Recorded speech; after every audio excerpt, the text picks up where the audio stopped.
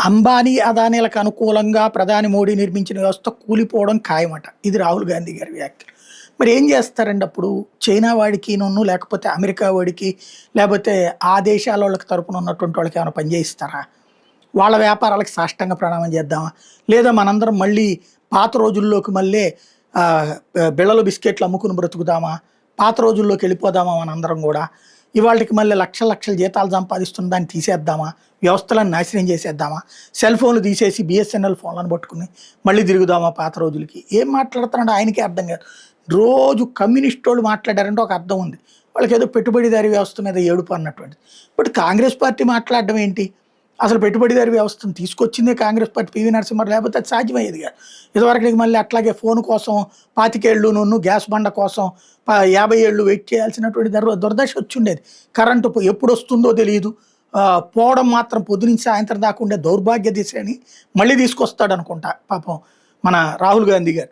ఇంకోపోతే యూపీలోని రాయబరిలో పర్యటిస్తూ దేశ ఆర్థిక సవాళ్ళు పరిష్కరించడం మోలీ విఫలం అయ్యారు.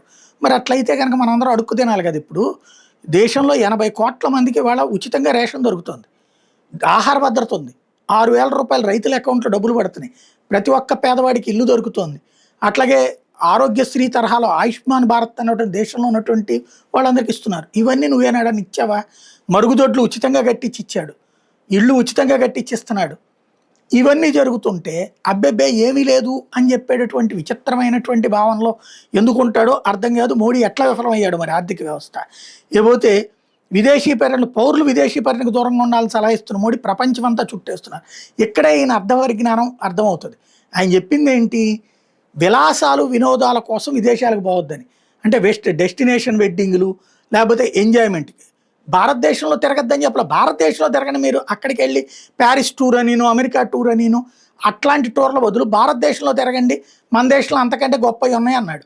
అందులో మరి సగమే అంటాడో లేకపోతే ఈయనకి ఎవడన్నా ఫీడ్బ్యాక్ ఇస్తాడో ఎవరికి అర్థం కాదు.